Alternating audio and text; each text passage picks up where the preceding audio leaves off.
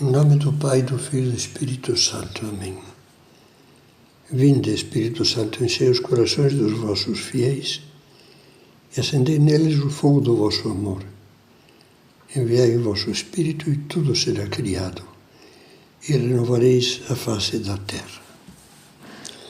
Eu terminava a meditação anterior anunciando que hoje falaríamos de um equívoco que muitas pessoas têm quando consideram que a doutrina católica é contrária ao prazer, à matéria, ao corpo. Quem era contrário à matéria e ao corpo também, ao corpo humano como o mal, era uma seita que a Igreja condenou, que levantou a cabeça várias vezes e a Igreja continuou condenando, a dos maniqueus, o maniqueísmo. Para eles, havia um Deus bom, princípio da luz, que foi quem criou os espíritos. Por outro, um Deus mau e inimigo, príncipe das trevas, que teria criado a matéria. Por isso, a matéria seria essencialmente má, e concretamente o corpo nos faria mal, nos tornaria imperfeitos. A doutrina do maniqueísmo é complicada, é contraditória, mas defende como caminho de perfeição e de salvação a necessidade de que as almas se libertem dos laços da matéria. Essa não é a doutrina da fé cristã, nem a doutrina da reta razão, da razão sadia. Desde que a Bíblia narra a criação, ela tem uma afirmação que nunca podemos perder de vista. No início do livro do Gênesis, após o Senhor ter completado a sua obra com a criação do homem e da mulher, Deus contemplou toda a sua obra, diz a Bíblia, e viu que tudo era muito bom. Quer dizer, tudo que Deus fez, matéria, espírito, é muito bom, muito bom. É muito bom, muito embora o coração humano livremente possa desviar o bem para o mal.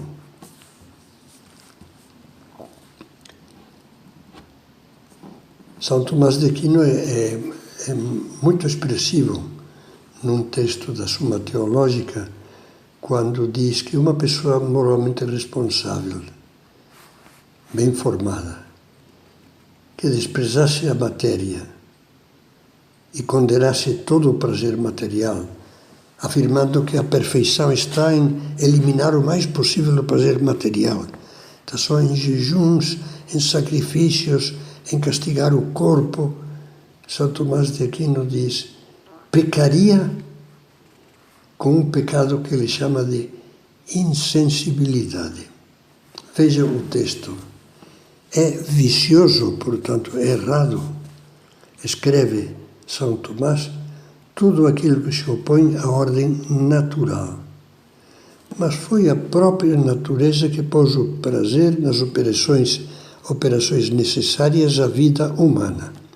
Por isso, a ordem natural exige que o homem desfrute desses prazeres na medida em que são necessários para a saúde humana, quer seja em ordem à conservação do indivíduo, quer da espécie. Por isso, se alguém rejeitasse o prazer ao ponto de rejeitar o que é necessário para a conservação da natureza, pecaria, pois se oporia de algum modo à ordem natural. E nisso consiste o pecado da insensibilidade. As pessoas que têm aquela visão negativa que eu acabo de me referir sobre a doutrina católica deveriam meditar um pouquinho mais no que São Tomás diz também, por exemplo, na Suma Teológica. Ao falar do sexo, do matrimônio, das relações entre homem e mulher, marido e mulher, diz que tal como o comer e o beber, a satisfação do instinto sexual natural e o prazer que a acompanha são bons e sem sombra de pecado. Ele diz textualmente, livres de todo o pecado, desde que se guarde a ordem de vida. Ou seja, que o sexo seja usado dentro do matrimônio, pois este é o plano que Deus estabeleceu para o verdadeiro bem do homem, e desde que se mantenha a medida conveniente. Sobre essa medida, sobre essa moderação virtuosa do prazer, é também muito interessante saber que São Tomás escreve: a abundância do prazer que se sente no ato sexual, ordenado pela reta razão, portanto, dentro dos fins e dos bens do matrimônio, não se opõe à justa medida da virtude. Os católicos não somos maniqueus. Não condenamos a matéria nem o corpo. Sabemos que o mal não está na matéria, nem no prazer corporal, mas no coração do homem, como Cristo nos ensinou.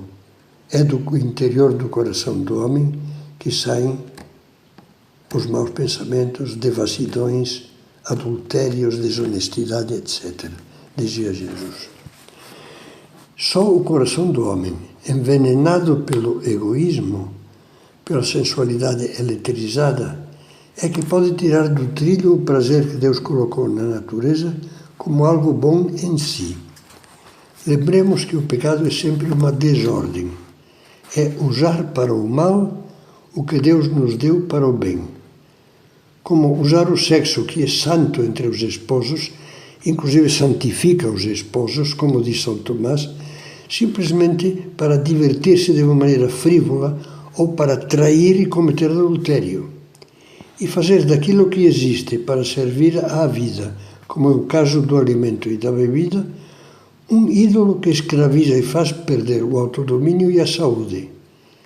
E isso é a desordem disso, é transformar os meios em fins, como aqueles que vivem para comer, em vez de comer para viver, como aqueles que vivem para o prazer, em vez de dar graças a Deus pelo prazer que lhes dá quando cumprem corretamente o seu dever.